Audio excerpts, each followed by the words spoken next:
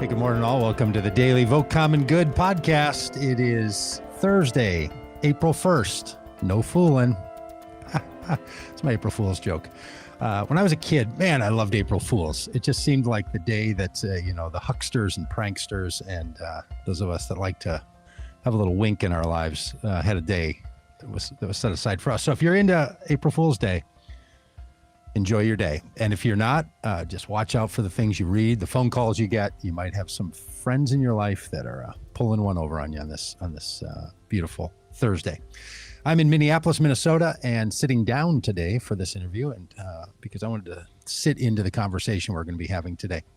Let us know in the live stream, if you are watching, where you are coming from and what it is that you're doing and how you're doing it. We love to see those little updates from people across the spectrum of and the countries that people join us on our daily podcast.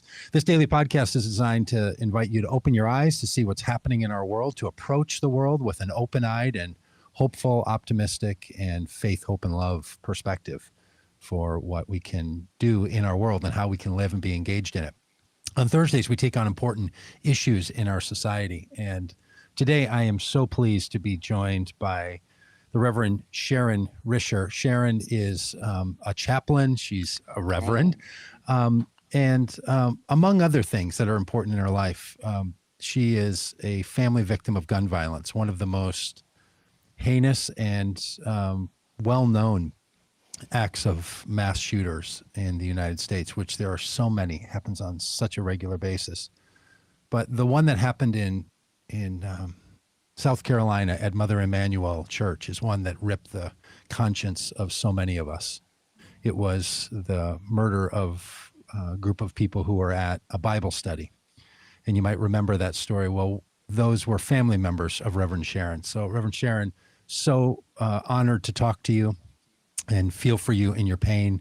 You lost your mother, your aunties, cousins on that day. For a lot of us, this was a national crisis. For you, it was a family crisis and a personal crisis. And out of that, you have stepped into a new way of life, really, I would imagine, a new ministry. Yeah. You've written this book, and we're going to talk a bit about that book today. It's called For Such a Time as This: Hope and Forgiveness After the Charleston Massacre. And boy, I will tell you, Sharon, I know there's people who are asking themselves now, just hearing this, how can you lean into hope and forgiveness after that 2015 tragedy that happened?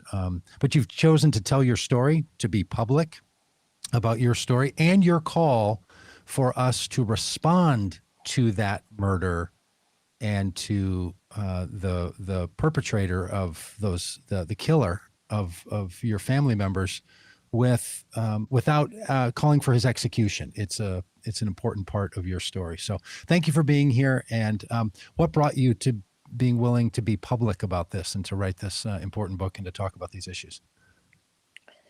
Well, first of all, Doug, thank you for having me this morning. Me being allowed to be on this platform. I must say, my willingness to step up was not just so willing. I was in such a state of grief and pain, doing the praying to God and asking God, what am I going to do? How am I going to get through this?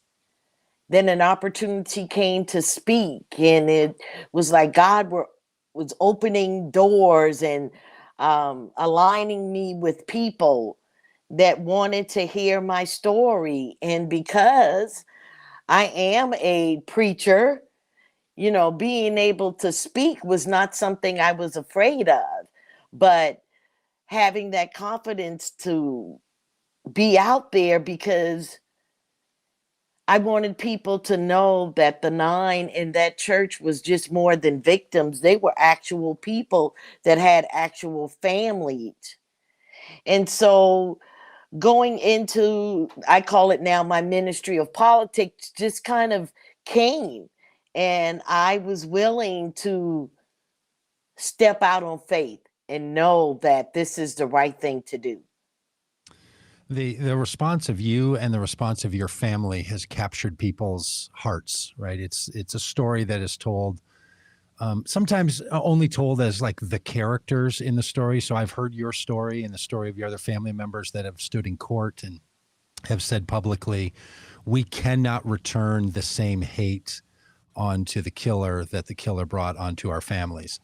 And that narrative, people don't totally understand it, right? They sometimes wonder if that kind of response is somehow lessening the reality that happened, or they want justice and they don't know how to have justice in a way that feels more just. It feels like retribution is the best thing. And so in a lot of ways, you're being called to teach us as a community, as a country, like what it means to be a person of true justice in your view. Do you see it that way?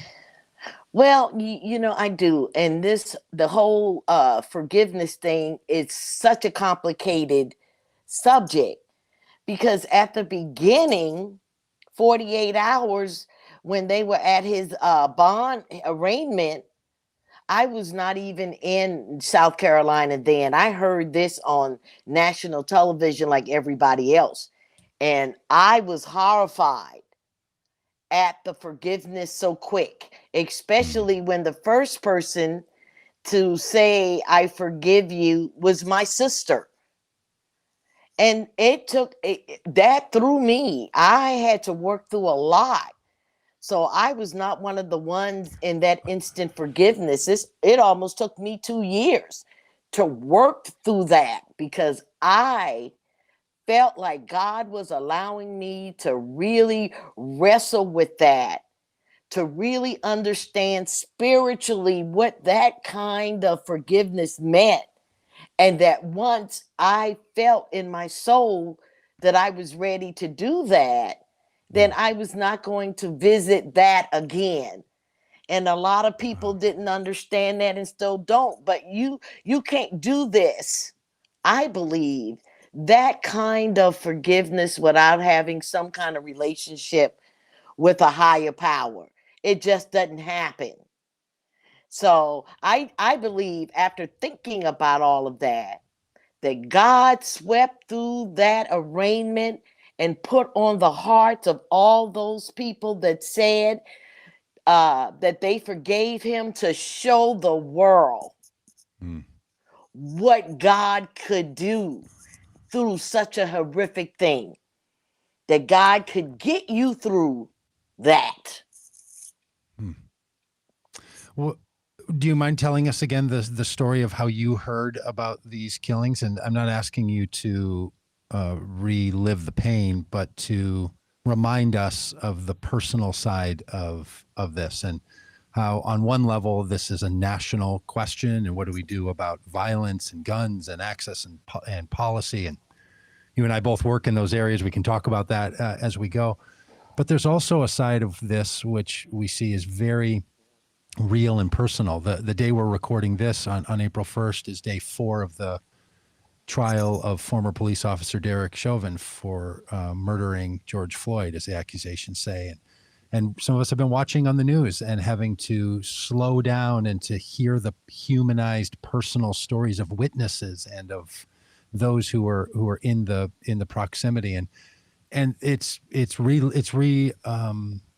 we're re-experiencing it in a lot of ways. And so if you're comfortable, as you have in your book, would you recount for us some of how you heard this story and the personal experience that was for you when you saw on the news, or I know as your book tells that you saw missed phone calls and had that intuition that something was wrong?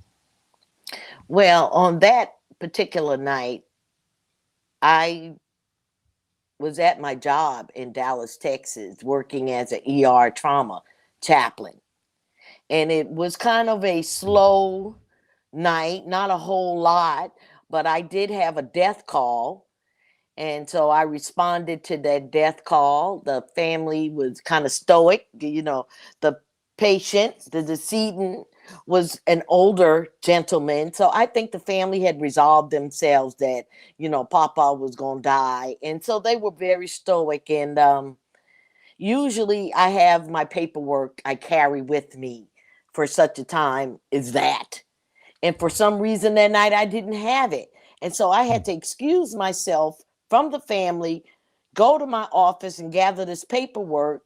But the Spirit of God, see, I know this now, but when it was happening, I went to my desk just to check my phone because I had it plugged up. And that's when I saw the missed calls, and this was from my daughter. And then I realized something's going on, back to back calls like that. And so I had to find a spot in the office to get a signal. I called her. She said, "Ma, my nephew called and said that something had happened at the church, and he didn't know what was going on." And I said, "What church?" And she said, "Granny's church." So then this anxiety starts. And so my brain's is like, okay, I've got to deal with this family. Let's go back, deal with this. Wow. And then come back and start making phone calls. The first call I called was my mother's phone. I didn't get an answer, and she didn't know how to get the voicemail out of the phone. So it was no need to leave her a message. Sure. From then on, it was downhill emotionally. I ended up leaving work early because I couldn't concentrate. I couldn't get a hold of anybody. Now I'm looking at the TV and there is, something going on. Nobody knows. And so about 3:30 Texas time, I get a phone call after falling asleep on the couch from my niece saying that the federal chaplain wanted to talk to me, and then I knew. Wow. Yeah. And then So your it's life. screaming, Yeah. and hollering in an apartment complex that time of morning, which nobody kind of checked. If I had heard that kind of scream from somebody, I would have known something was wrong. But my dog was barking because he couldn't figure out what was going on. So yeah, from that day on, my life changed. And you're a professional trained chaplain yourself, meaning you're somebody from the religious profession that is trained to interface with people when they're experiencing this kind of trauma. There's people that do that at the federal level, at the state level, and there's lots of people from many religious traditions that serve that role. And so you, as a chaplain, somebody who would sometimes have to make a call like that, or have a conversation similar to that. All of that professional training moves aside in that moment, I would imagine. It does, because then you're not thinking as a professional. You're just thinking as a daughter, hearing such things. But my chaplain had kicked in one time when I realized, after not hearing anything, I realized then that they were gone, because I remembered how those family members would wait in that family room. And I would go back and forth knowing that the person was dead, but still having to check on these families and not being able to tell them. And that's when I realized, Sharon, she's gone because they've taken too long to tell you. Mm. Mm-hmm. Yeah. Did you see yourself as a political person at the time? Did you see yourself as someone who was trying to engage in the policy issues of our day? Was that part of your life? You know what? I was an armchair political person. I'm Okay. like a lot of millions of people. We have our perspectives, and I kept up on current events because, in college, I wanted to be a lawyer and go into politics. That was the route that I had picked for myself. So I've always been a political person, but not on a public level or to get out there. But after what happened in Charleston, I realized that could not be anymore. That for me to have been given this horrific thing to talk about, but what happened had so many political entities that came out of it, I had no choice. Yeah. And in some ways, I mean, what happened in Charleston, South Carolina, and for a lot of people, they hear these stories, right? And they know about Charlottesville, Virginia, where there was the Unite the Right rally with white nationalists and Nazis, and with Heather the murder Heyer. of someone. But then a year and a half before that, it was Charleston, South Carolina, where this murder happened. And both of those places, but especially Charleston, there's a deeper history to what's going on. There's a history in Charleston, South Carolina, and there's a history at the Mother Emanuel AME Church that sets this in another context. And I guess that's kind of always the truth, isn't it? That there's human trauma and human story, but it's also set in this larger current national and historic context. Can you say a bit about that and the impact of Charleston, South Carolina, and Mother Emanuel Church, AME Church, and how it sits in the history of this country? Well, so we know that Charleston was definitely one of the major busy ports for the slave trade. We know that. So Charleston was built for white supremacy and enslavement of people. Growing up in Charleston, you knew your place. And for me, as a person of mixed race, that was a whole nother ball game. So, but you knew your place. You knew that the white population in Charleston had power over everything. With Emanuel came out of the facts that free slaves wanted a place to worship. And Richard Allen, who had been a former slave, was invited to church and had to sit in the balcony, and decided then that he would start a church. So Emanuel comes out of that tradition of free people, and Emanuel's history connects with Denmark VC and the riots in South Carolina back then, and the civil rights movement. So Emanuel has been a part of the Southern history for almost 200 years. And Dylan Roof knew that because he planned his massacre. This was not I'm feeling bad this day, this is what I'm going to do. No, this was premeditated, and he knew to bring a blow to Black people and start a race war. What best place is to start it in the church that is so much a part of the fabric of African Americans in their lives. And you grew up in Charleston, South Carolina?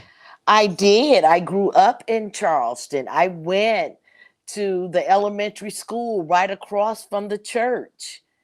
My mother worked for the city of Charleston, and across from the school, which is now the Gilliard Center, used to be the only kind of entertainment stage venue, and she retired from the city working there. So that whole neighborhood of where Emanuel is situated, back in the day when the peninsula, the city of Charleston, was more than 50% Black.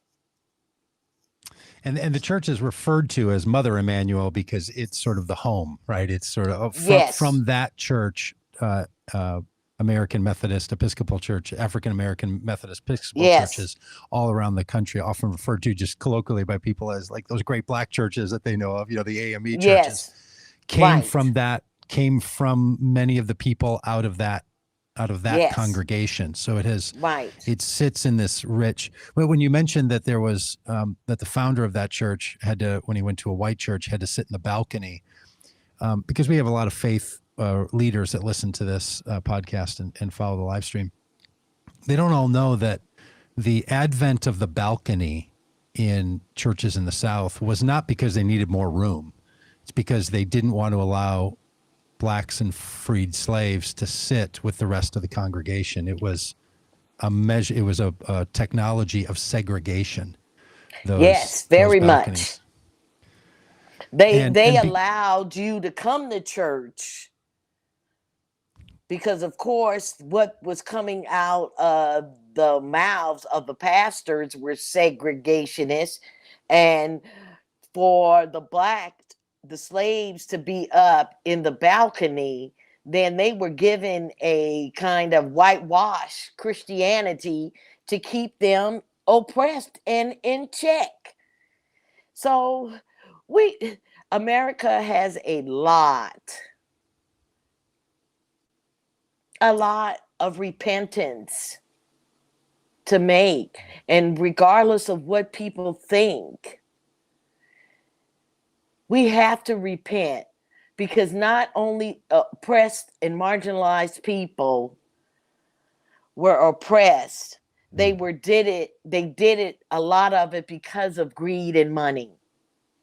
And nothing is really going to help this country try to be what it says it wants to be, is for this country to repent and be accountable for the degradation of people, the lack of humanity towards our brothers and sisters, no matter who they are. There has to be that. And it has to start with the church. Well, and that's part of the story that we've all heard, if we've heard the story of the community of people at Emanuel Church who were having a Bible study that day, which your mom, I think, was a significant part, and your auntie and cousin. Yeah. And then, and by the way, and then the killer came in and sat in the Bible study for an hour.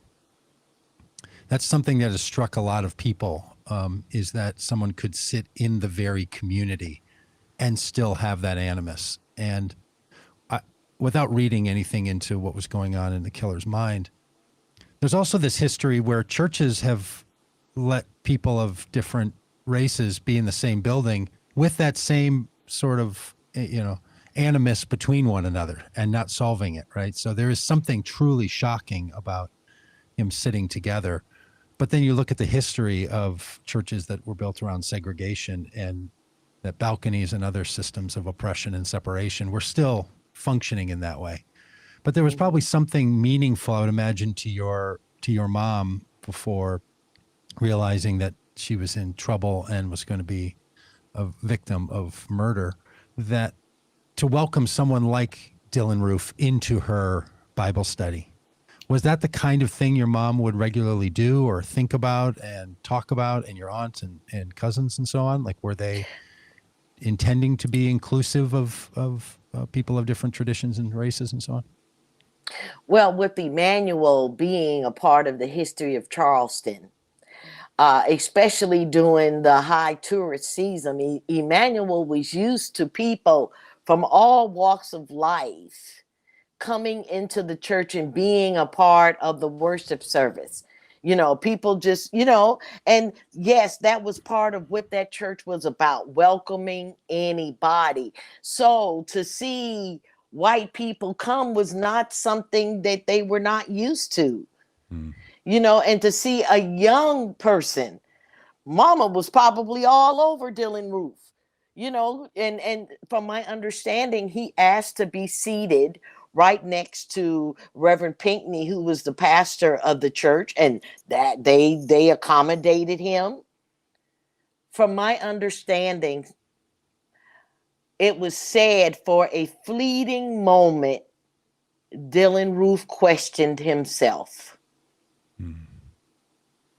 A fleeting moment, but it did not last long enough for him not to do what he did. And so, of course, the first person he shot was Reverend Pinckney. I mean, it's so hard to even hear it. I imagine for you to have to tell these stories here and again in your book and other places, is it still difficult for you to have to remember these things and to bring them back to your consciousness and talk them through? You know what? So it goes day by day. I have gotten to the point where this story and all of this is in my brains and in my heart.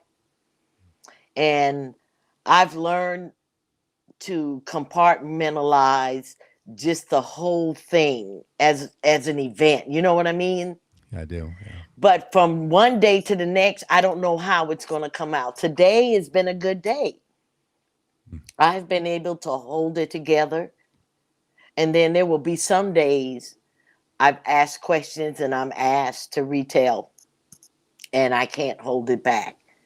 So it's just according to how the wind, the spirit is moving that day, you know? So, Yeah, um, it's well. I had asked you before we came on live here about how you talk about Dylan Roof, and if you're comfortable saying his name and got your permission, and you talked about it. And I know that's a difficult thing for a lot of people to know. Do you talk about the killer? You don't want the killer to be more famous than the victims. This is a problem that exists. So many people know his name and not the names of family members, and something we wrestle with in our society.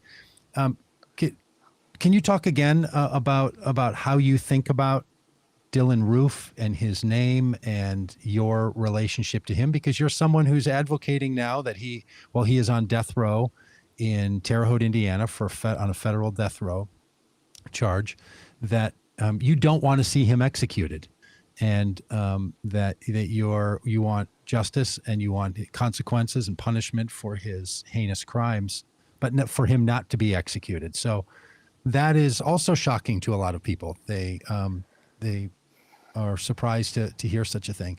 So how are you currently thinking about him as a person, him as a name, and as an actor in this horrible event, and him as an inmate?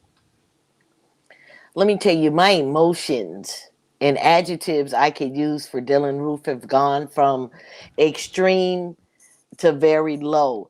Like everybody else, I wanted to hate him. I wanted him at times to just evaporate in the air and there would be no body. He would just float away in fumes and that would be the end of it. But me saying his name is not going to make him more famous than he already is. You hear me? It's not. I have gotten to a point in my life with Dylan Roof that he is a non entity to me. That's how I'm able to continue and not be in somebody's mental hospital. That he has no power over my life when he did for almost 2 years.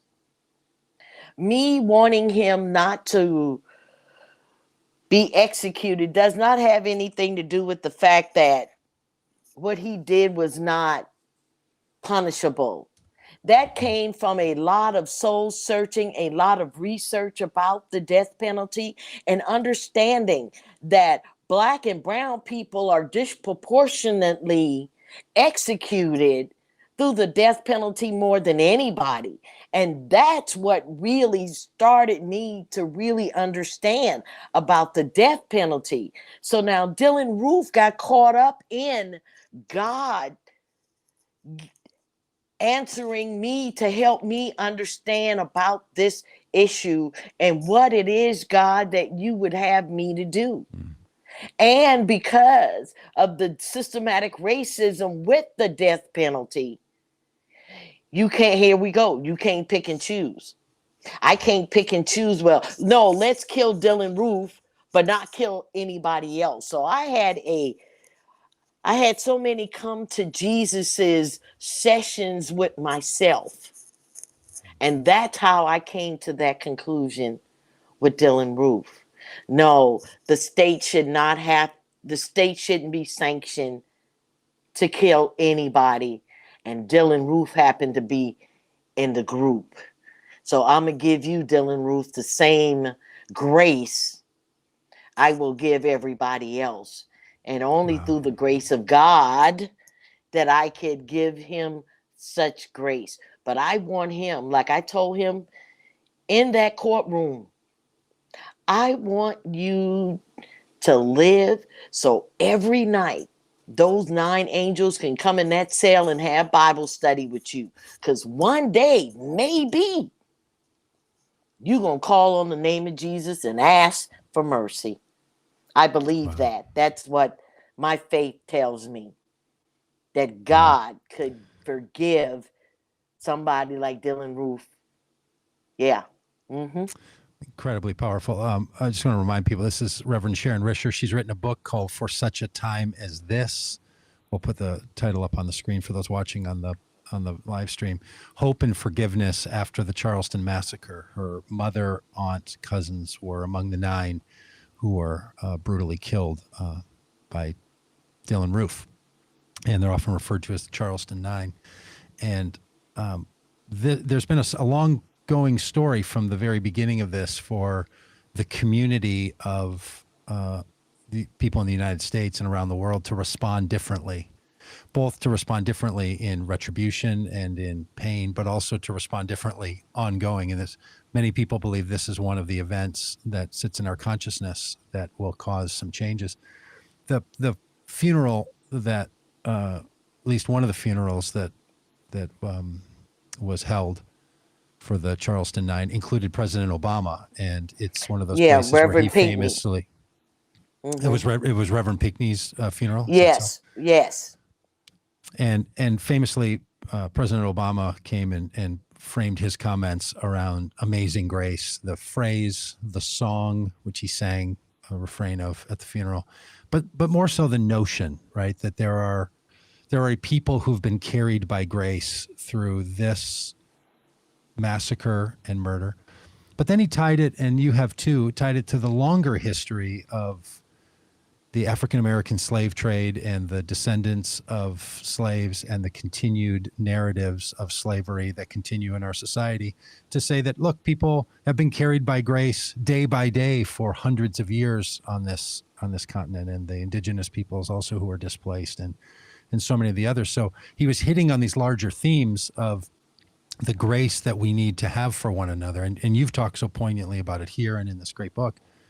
But again, for so many people, it's so hard for them to reconcile grace and forgiveness as something that's not the same as not holding the person responsible and delivering justice, right?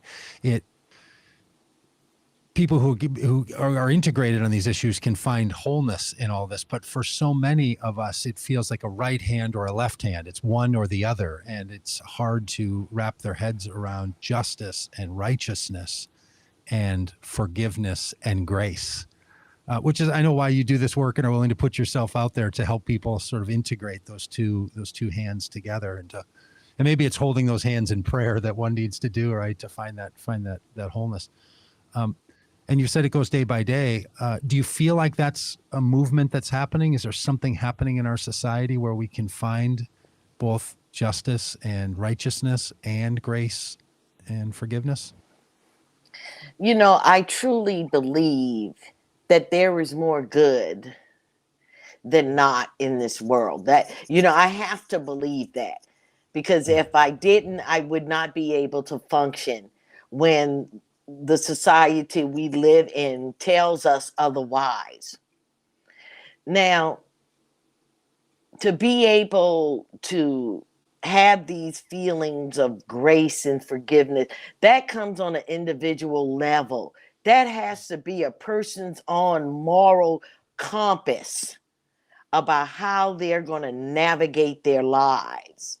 You know, we all want justice. You know, we want something tangible. We want to see something, but our faith is not something that's really seen. You know what I mean? You know, you can't really see it, but you know it. You have to believe it. So we as a people, we have to believe that there is more good than not. And we're going to be on the side that says, I'm willing to dig into my faith more, that tells me that I could be kind to somebody. I could give a smile to somebody. I can open a door. That everything doesn't have to be on TikTok or Facebook. That the small things we do for each other is a way of showing that I care about you. And that's what we have to get to, that I care about you, even though I might not speak your language. even though I might not understand your culture. The willingness, the willingness to go beyond your comfort zone, the willingness to say, when you put that label of I'm a Christian and I'm a follower of Jesus, well, let me see what you're doing, if that's what you are. So powerful. Thank you for that. There are some movement in the laws that have to do with this experience of yours. There's a proposal for the abolishing of the death penalty at the federal level. And I know that you're actively involved in this. We both are connected to a group called Death Penalty Action, deathpenaltyaction.org. Yes. And it's one of the Citizen Up groups that are supporting this. And then there's legislation that's now supported at the congressional level on both sides of the Senate and the House to abolish the federal death penalty. The states will have to abolish it on their own right, and this would go a long way. Can you talk a little bit about why that's important to you, and help people see your perspective on the ridding this country of federal statute and federal laws that allow the government to execute its own citizens as an act of punishment and retribution? Because a lot of people wonder about how family victims think about this. And I know not all family victims are the same. There's people whose family members have been murdered and the killer is on death row and they want the death penalty to be in place. But there's also many like you. And were you always a death penalty abolitionist? Or have you come to that? No. This is one of those things that I found myself working with after being faced with this. I mean, no, I had always felt just about like lots of people. If there was a heinous crime, especially involving children or older people or just heinous, then I believed in the death penalty. And then this happened with me and my family. And I really, really had to look at that and think about that and pray about that. It just didn't pop up. And like I had mentioned earlier, because of the one-sidedness of who was being killed, led me right back to systematic racism and who could continually allow that. I mean, we're always going to have people who don't believe what you believe. And that's just the way it is, and that's democracy. But I believe that the death penalty action and all the groups that are against the federal legislation of execution know that as a people, that it really doesn't do any deterrent. That no matter what, you killing someone else is not going to bring your family member back. That's done. And so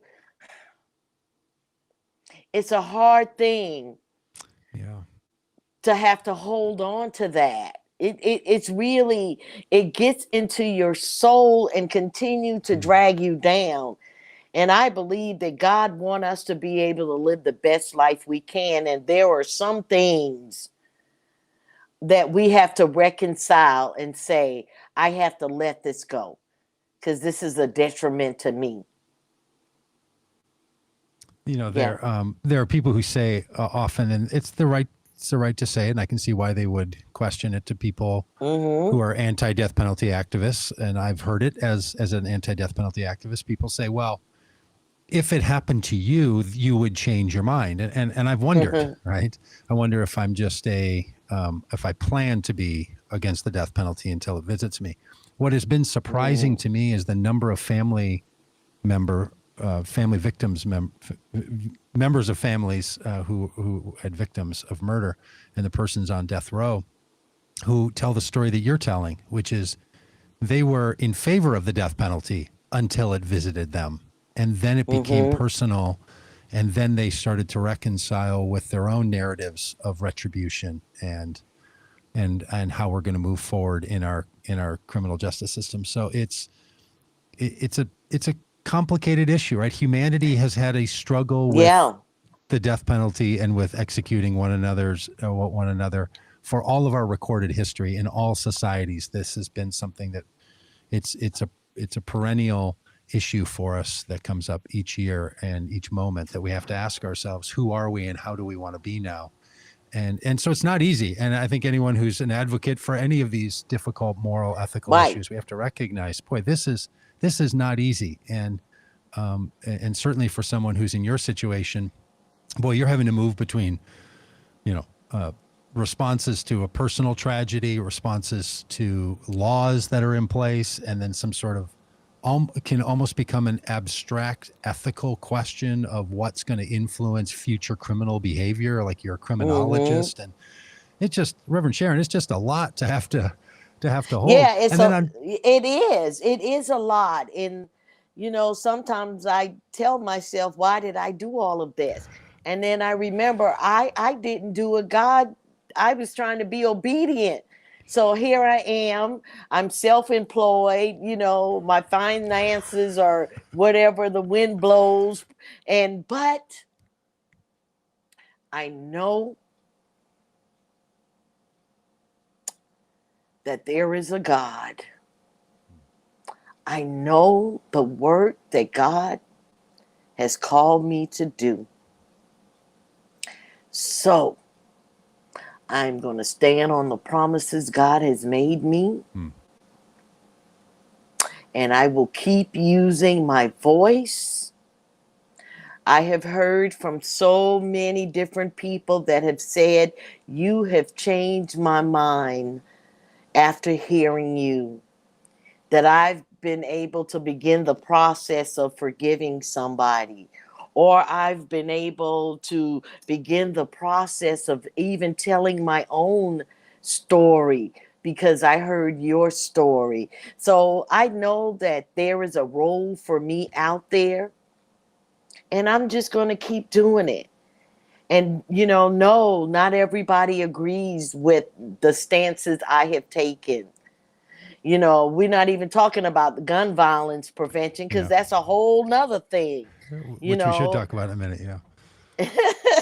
So, Reverend Sharon, your book is entitled "For Such a Time as This," and those who are familiar with that phrase might remember that it comes from the story of Esther. In the Jewish scriptures. And the story of Esther was that she became queen, and people around her came to her and said, you need to protect these people who are vulnerable, and perhaps it is that you have become queen for such a time as this. And that notion that there's a moment in someone's life when they're called to an action, and that it's brought to them more so than they went out searching it. Other than it being just a great title for a book, is that the reason that this phrase "for such a time as this" fits your story as well as being the title of the book? Yes, it really is. I have had instances in my life where, I've had to kind of start over and do things different. And after the murders in Charleston, and I knew that I had all of these things I needed to get out of me, I knew that God called me at that time to be able to have the confidence to stand up and to be able to tell the stories of those 9 people in that church, to be able to help the greater good, not just Charleston, but the whole world. So yeah, I was chosen. I was, and I understand that. And I take this role that God has given me seriously, and I try to do the best I can to be the best messenger I can, and that the message is just not a message to one person or one group of people, but to all people. Yeah, it's good for people to know that there's no job description for this. It's not like, hey, activist and personal tragedy inspired activist, is a job. You have to figure out every day how you're going to organize your life and how you're going to do this work and work against powerful forces that have the system in place that many people want to have in place. It's a burden to bear. Sometimes people think activists are sort of self-chosen and have the upside, right? That you get to spend your time working on issues you care about. You know, a lot of people feel that way. Yeah, They work in jobs they don't, and that's true for all of us. But boy, for someone in your situation, it's a lot of burden. It's a lot to carry, and to it figure out is. what do you do? I mean, just a day by day, like what do you do to be an activist to try to change the narrative in the United States around all the issues that we've talked about today? You have to have thick skin. You have to have a confidence in yourself that you didn't even realize that you had that kind of confidence. And you need people that support you, on an emotional level, a spiritual level, and financial. I mean, people think, I don't know, people must think I have lots of money. They just don't know. I mean, I make it look good because that's just who I am. Just But stylish. I got it from my mama. I'm telling you, Is that people from so? Charleston, Charlestonians are very much into looking well at all Hmm. times. I grew up with that from my mom, from her dressing us for church and spraying perfume. So that's something Yeah. that It I've was an had act of all of my resistance, life. wasn't it? Yeah. Yeah. Hey, So was your mom a hat wearer? Someone who's a hat wearer? I can only no, imagine. she was not She one of the church ladies with the hat, but I tell you, is I that knew a right? lot of them. Yeah. Hey, how are things with your family? If we'll take a minute here to talk about the gun violence prevention work that we can all be involved in. But oftentimes tragedies, whether they're public or unknown to others, they they they have great effect on families. Has that been the case with your family? How are things there? Well, I could say this. After everything happened, and my sister Nadine was the first one to say, I forgive you. The press tried to make it seem like we were against each other because at that time, I was not forgiving. She was, until the press was making it like, oh, the two sisters are duking it out because, one feel this way and one feel the other way. And things got to be very intense. There was definitely a raveling in the relationship with my family. I'm the oldest. I've had two siblings that have died since my mother was killed, partly because they had medical issues, but they never really learned how to deal with what happened. I mean, Yeah. they really had some complicated grief going on because my mom was a very big part of their surviving, their encouragement, their support system. And to have that taken away, uh, they just did not take care of themselves and their medical issues, along with that kind of complicated grief. They died. Hmm. So now the only persons that are left are myself and my baby sister Nadine. We really don't have a ongoing um happy-go-lucky relationship, but I pray and I hope maybe one day we will find a common place. Maybe one day we will get to tell each other our own narratives because you know what you know and she has her narrative. So I don't know, but yes, and our family was not the only family Yeah. that started to have friction and members not talking to one another, not uh, um going along with the same things, having differences of opinion. So that's some of the ripple effects of being involved in such a public tragedy. And then money starts to get involved, and always with money, things go haywire. So it's just a lot. It's a Yeah. lot, and you carry this with you for the rest of your life. You learn how to live with it, but it never goes away. And then especially for me, because I'm out there, then I have to take the good with the bad too.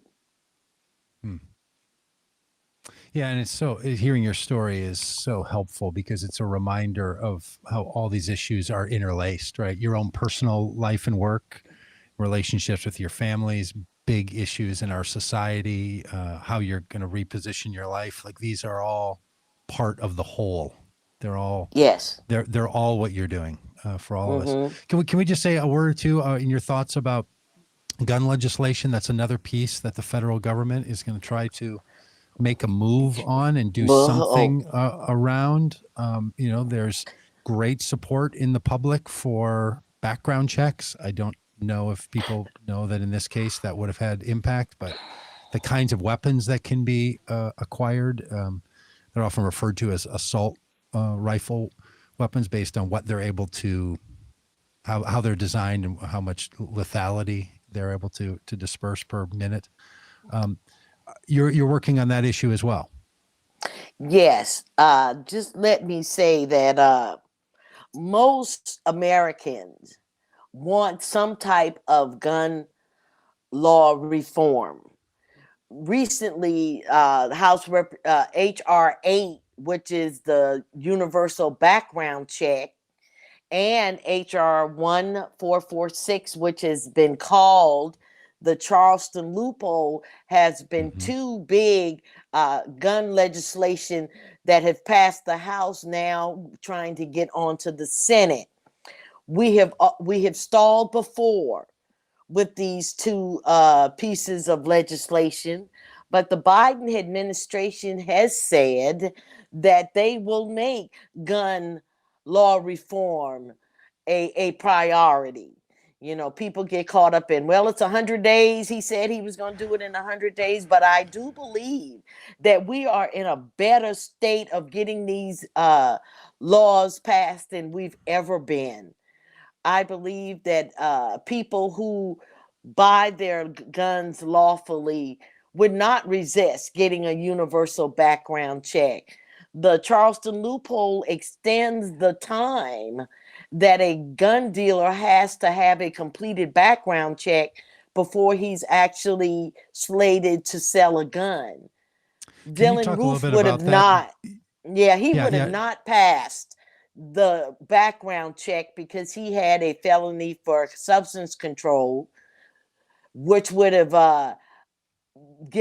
not given him the opportunity to purchase a gun. He would not be allowed to purchase a gun because of the conviction he had.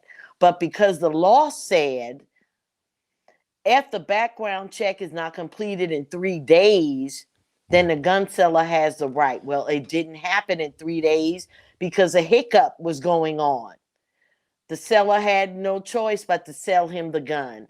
Now, I have heard, because Dylan Roof was so smart in his preparation, that he gave false information, realizing that was going to cause a hiccup, knowing that he was going to be able to get the gun. But the hiccup happened because the federal government did not have enough time to get that federal background check done. And it was a mistake that happened. And then Dylan Roof was able to buy that gun. So that's part of the legislation that we're hoping to pass with the bill 1446 to extend that time from 3 days to 10 days. Okay, so that the default period of the Right. default stance is you can buy a gun unless you're shown to be someone who can't buy a gun. I would love to see that reversed, where the default is, no, you can't get a gun unless you prove that you can get a gun. That would be right. So that the default is that they wouldn't sell you one until a background check came through. But extending from 3 to 10 days can account for some bureaucracy and other shenanigans and holdups that go on. For people who don't know legislation, and they'll hear these things referred to in the news, like HR 8 and HR 1446, that means House resolution, which means the order in which every The House of Representatives starts a list of bills when they're called into session. So this started on January 3rd or 4th this year, I guess it was. And then they start putting bills into order. What's the first one was HR 1, and then the 8th one was this HR 8, which is background checks, and then the next bill, then 1,446, that House resolution, which then goes to the Senate to become a bill, is this one we're talking about. So it tells you that it's 1,446 other House resolutions down the line, right? That's one of the reasons people make a big deal about what the number is related to the House resolution, Right. just for a little political nerdery here. But we shouldn't let that, because it's way down the line on that there's been 1,445 other House resolutions first, doesn't mean it's not important. Sometimes that has to do with getting people to sign on, getting some language right. There's reasons you would wait that are not about priorities. So it's important for people to know that. And this is why the people who represent you in Congress matter. And I'm just going to do a little political PSA statement here. If you're thinking it doesn't matter who I vote for, it doesn't matter who the congressperson is because such and such. Here, even if it's not in the majority. So if people who would always vote for Democrats, they care about Democrats, they think Democrats control the House. Why do I care who the Republicans are? Because getting a Republican to sign on to a bill that wants to be reasonable around guns is a really big deal. So if you can get better Republicans rather than worse Republicans in some places, or in my opinion, Democrats instead of Republicans in our current situation that we're in, this would be better. And not every Democrat has a view on guns that every other Democrat has. So there's a lot of moving pieces around this gun issue in our society. And while gun laws won't solve every problem around gun violence, gun laws shouldn't be the problem. And there's some gun laws that are the problem. So let's just at least deal with the issues we can deal with. And bad gun laws are one of those. Sorry for the rant, but it just matters. I think it matters so much that people get invigorated into this cause. Anything else you want to say about that particular issue? No, I just wish that people would write their congressperson, tweet, call, to get on board with these gun law reform. We really do need it. The NRA has put out the narrative that people like me are coming for your guns. Nobody wants to take away your Second Amendment right. But because you have a right, doesn't mean that you could be all nilly-willy about understanding that guns kill people and that there are more guns in the street than there've ever been.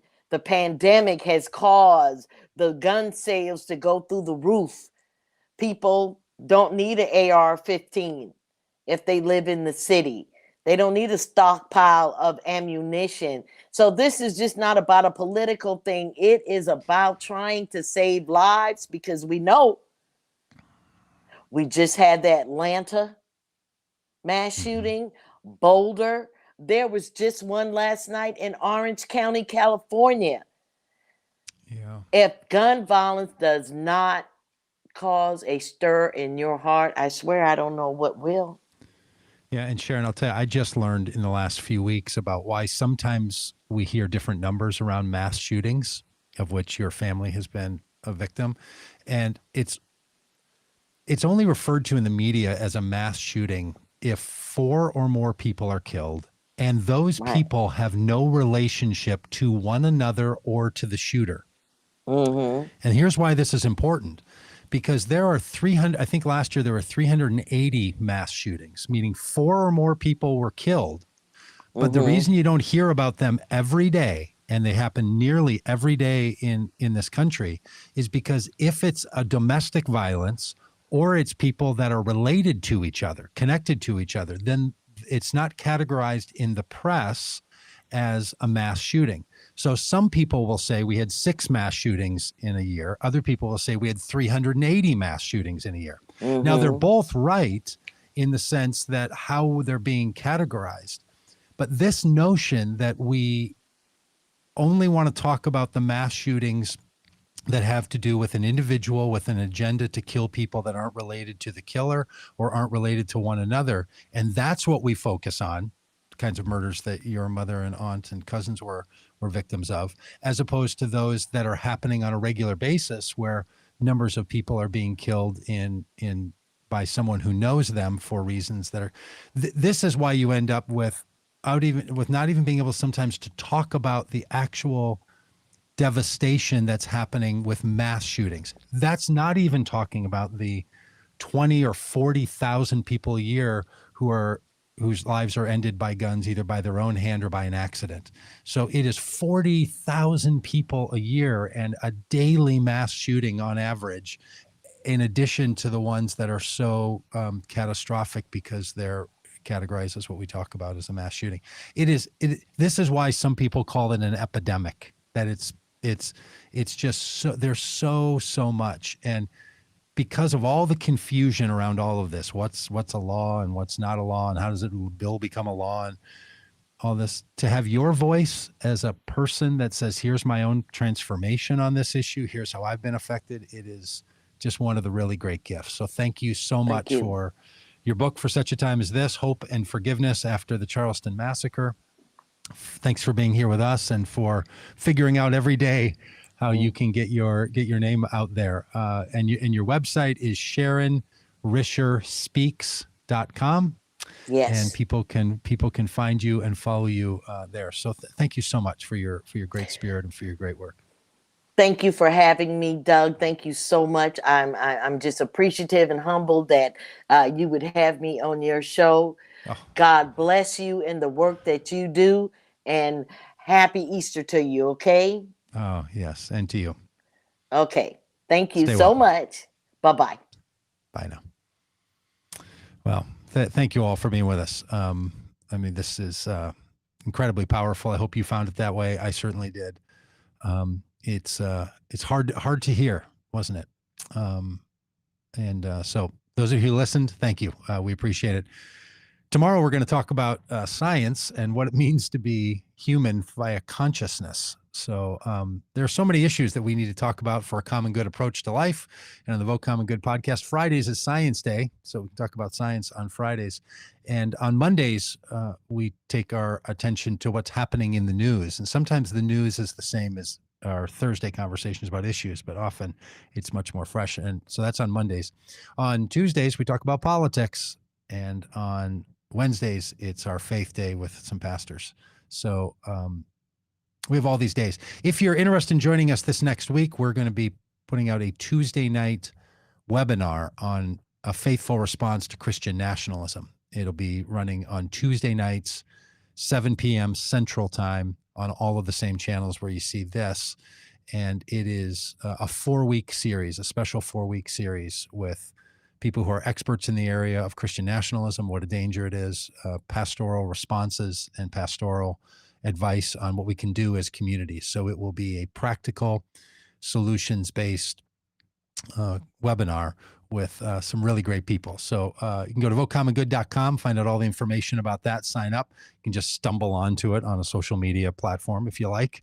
But how about planning for that one and heading over there? You can get signed up and you can connect to it then through Zoom, or you can watch it on all of our platforms, which are Facebook and Twitch and Twitter and YouTube. And so if you're over on any of those channels, do the subscribe and like thing. And if you only listen on the podcast, be sure you say good things about us on the podcast app. And if you don't listen to this yet on a podcast, you can take it in your pocket with you when you go on your morning walk and put us in your podcast rotation. We'd love to have it. So producer Dan, thanks for your good work today. I listen to some other podcasts, Dan, and I hear people always rattle off. Like sometimes the last 3 minutes of the podcast is the person talking about all the people involved in producing their podcast. Those cats over at Gimlet Media and at This American Life and all the rest. And so we like to do that around here too. So thanks to our production staff, Daniel Dietrich. That's how we do it. That's how we roll. And then a bunch of blank spots. Big crew. So big crew carrying the weight of the world, baby. I do wonder what all those other people do, how they get all that work done. All right. You want to process that conversation at all? Should we stay on live here for any longer? I feel like it was so rich, so full, so heavy. It just was, I don't know. was just a lot. Yeah, Just a lot. I'm just glad I was not on screen for most of it, because I was getting very choked up and just really impactful and moving, and just really appreciate her willing to share that. Yeah, incredible. Well, thanks all. Thanks for being a part of this. Head over to votecommongood.com, get on our email list, and don't miss that donate button when you're over there. All right. I'm going to stop now. All right. Bye. Bye, everybody.